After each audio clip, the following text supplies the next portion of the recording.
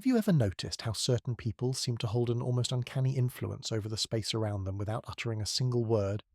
They don't raise their voices, they don't plead, they simply pull back. And suddenly everything feels different. The atmosphere shifts. People begin to doubt, to pursue, to feel something missing. Now imagine doing the same. Imagine not reacting instantly to everything. Choosing quiet instead of reflex. Retreat instead of eruption. What do you think would unfold? That's where the truth begins. When you stop being endlessly available, emotionally, physically, psychologically. The world around you enters a kind of shock, because people are accustomed to steering you through your reactions, your impulses, your predictability. But the moment you choose to withdraw, the rules change, and those who believed they knew you suddenly realize they never did. Carl Jung once said, "Everything that irritates us about others can lead us to a better understanding of ourselves." So think carefully. When you become unreachable, who truly grows anxious? Who becomes irritated? Who tries to provoke you just to pull an emotion back out of you? That says far more about them than it ever does about you, and above all, it exposes how deeply you may still be manipulated.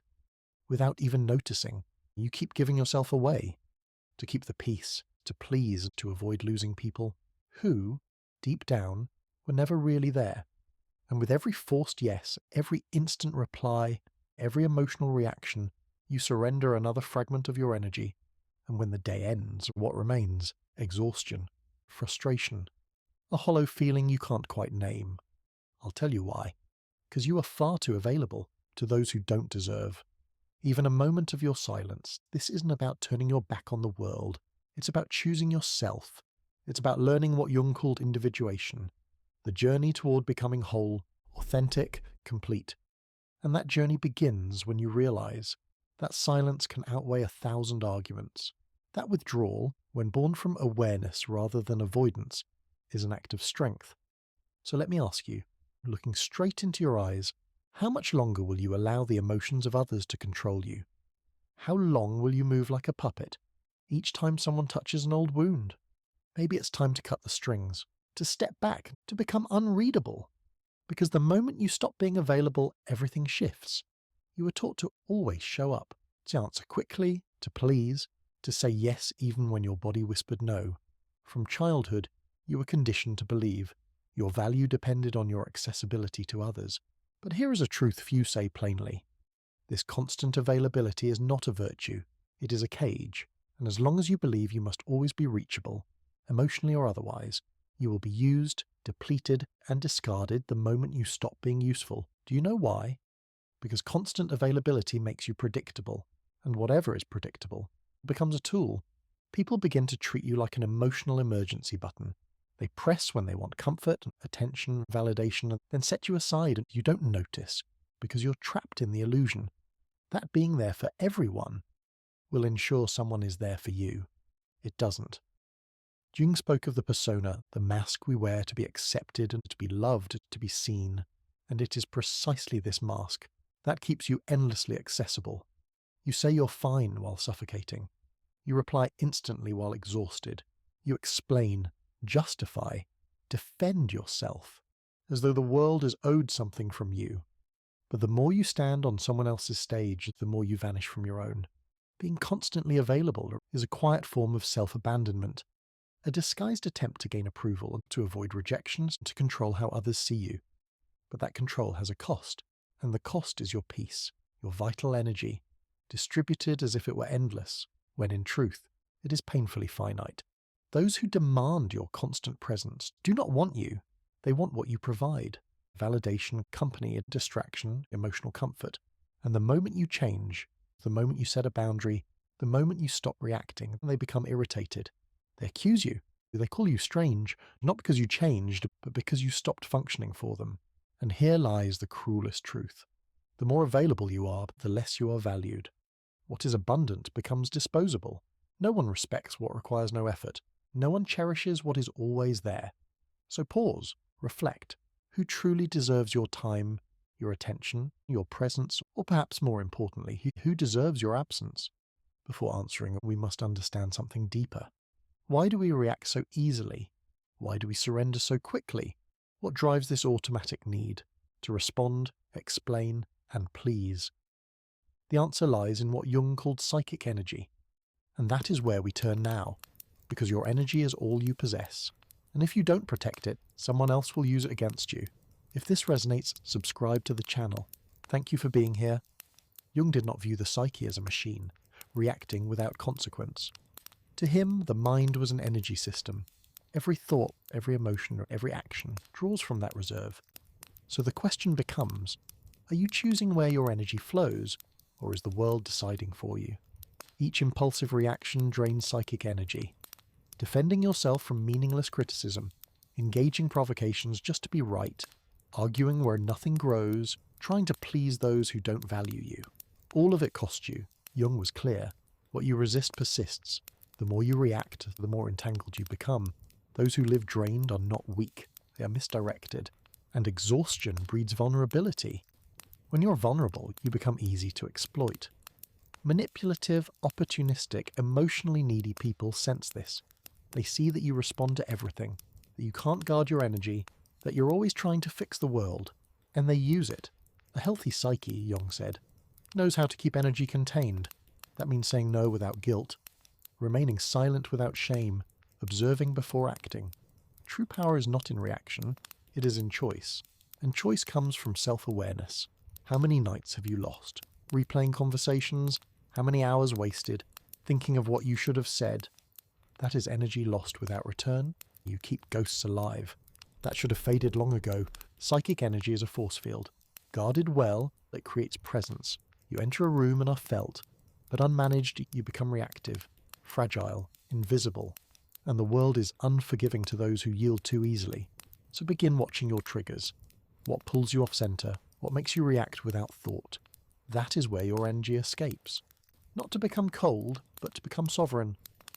And here lies one of Jung's deepest insights. When you preserve your energy, you break the projections others place upon you. And that disturbs them because now we enter darker ground. Silent manipulation. And in the next movement, you will see how opportunistic people feed on your reactions, and why your unavailability dismantles their games entirely. Prepare to meet the eyes of those who have drained you without your awareness. You believe you're in control. You think your reactions are choices, but the truth is more unsettling. Most emotional responses are programmed, and those who understand this use it effortlessly. They don't shout, they don't threaten. They press the exposed buttons, and you respond every time. Jung called this projection, the act of placing onto others what one cannot face within. But there is another layer. While others project, you receive. And the more emotionally accessible you are, the more you become a canvas for their unconscious needs. That friend who appears only in crisis. That partner who always needs rescuing. That person who praises you only while you're useful. None of this is accidental. They aren't relating to you. They're relating to a role. And you accept it. Out of fear. Fear of disappointing. Fear of abandonment. Fear of not being loved. The most effective manipulation doesn't shout. It whispers through guilt. When you feel you owe, when you believe you must be available, even as it destroys you inside. The manipulator doesn't control you, they rely on your consistency. But the moment you stop reacting, the illusion collapses. Silence replaces explanation. Withdrawal replaces defense. And their projections fall apart. They become unsettled. They no longer recognize you. And now they must face themselves. Not everyone can. Your unavailability threatens, because it exposes their emptiness. Your silence amplifies the noise they run from, and then come the attacks, the drama, the criticism, not because you are wrong, but because you stopped reflecting what they needed. Jung said we do not awaken by imagining light, but by bringing darkness into awareness. When you stop feeding the cycle, their shadow emerges, and they cannot bear it. But are you prepared to endure misunderstanding, rejection, attack? Because within that silence, a new power is born, and that is where we go now. The world is loud. Everyone wants to respond, to argue, to prove, even at the cost of peace. Yet there is a power few master. Silence, not passive silence, not fearful silence, but conscious, deliberate, lucid silence. Silence that is not absence, but intensified presence. Jung saw silence as fertile ground for a transformation. When you stop reacting, you begin to see patterns, cycles, manipulation. Silence sharpens clarity. and clarity threatens those who control through confusion. Notice how some panic when you don't reply, when you don't explain, when you disappear. Not because they miss you, but because your silence removes their control of the story. As long as you speak, you're still playing. When you're silent, the rules dissolve. Silence is mastery of energy, refusal to be dragged by another's emotions. Individuation requires distance. Only in silence do you hear yourself. But silence costs. You will lose those who valued only your role. You will confuse those who never saw beyond projection. You will be labelled cold, distant, arrogant. But these are reactions from those who never wanted your depth, only your utility. Maturity makes words selective. Each sentence becomes an investment, and not everyone deserves access. Sometimes silence is not retreat, it is sovereignty, the language of those who no longer need to prove themselves. Silence forces others to confront themselves. You owe no explanation for absence, and the silence that rebuilds you is the most powerful of all. It restores energy, reconnects you to essence, and now you must learn to use that energy consciously. Understanding means nothing if you keep betraying yourself. Awareness without action is self-deception. Transformation begins with selectivity. Conscious unavailability is not coldness, it is control. Small acts, delayed responses, leaving chaos, turning off without guilt. No justification needed. You owe nothing but honesty to yourself. Individuation requires sacred isolation, a return inward. Watch who distances when you withdraw, who provokes when you don't react, who accuses when you protect yourself. These are signs of freedom. Guilt will come, so will loneliness. But this is deconditioning. When you say no to the world, you say yes to yourself. Rupture hurts, but it liberates. And after silence, something is born. Strength, wholeness. When you stop being available, first comes silence, then healing, then solitude. Not emptiness, presence. You lose roles, but you find yourself. Misunderstood, yet respected. Rare. Unforgettable.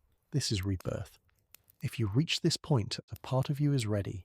Ready to choose yourself. Even if it means walking alone. If this resonates, right, I choose my peace and keep watching. And what comes next matters more than you know.